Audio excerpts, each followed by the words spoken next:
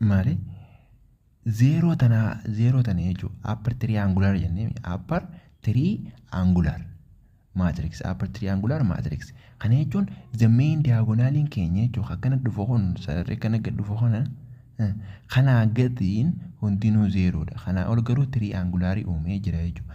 Amma gaafa asiin akka dhufnu akkasuma deebinee asiin akkatti gaafa deebinu akkasuma asiin gaafa akkatti dhufnu maali jechuudha triangularii uumaa jirra jechuudha. Triangularii appariidha isinis eenyu olii the main diagonalii gubbaadha. Main diagonalii sarara akka gabboo kanarra olitti jechuudha. Below the main diagonally oliin isaa hundinuu maali jechuudha zeeroodha jechuudha. Akkuma agartan zeeroodha jechuudha. Na hubattan jedha.